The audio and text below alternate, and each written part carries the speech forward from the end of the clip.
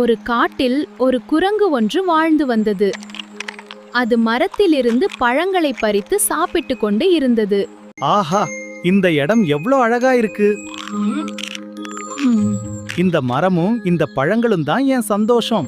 முதலை ஒன்று அங்கு வந்தது. வணக்கம் நண்பா. வா நண்பா, இந்த பழம் எடுத்துக்கோ நண்பா. நன்றி நண்பா. இந்த பழம் மிகவும் சுவையாக இருக்கிறது.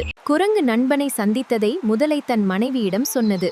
பெண் முதலை அதை கேட்டு குரங்கின் இதயத்தை ருசிக்க ஆசைப்பட்டது. எனக்கு ஒரு குரங்கு நண்பன் இருக்கிறான்.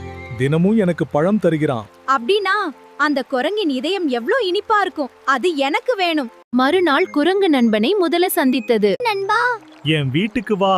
என் மனைவி உன்னை பார்க்க ஆசைப்படுறா. சரி நண்பா, ரொம்ப சந்தோஷம். என் முதுகில ஏறிக்கோ.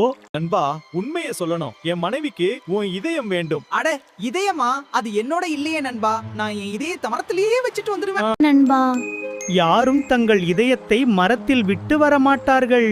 நீ என்னை ஏமாற்ற நினைத்தாய், ஆனால் புத்திசாலித்தனமா யோசித்ததால் நான் உயிர் தப்பினேன். மன்னிச்சிடு நண்பா. புத்திசாலித்தனமே உயிரை காக்கும் உண்மையான சக்தி.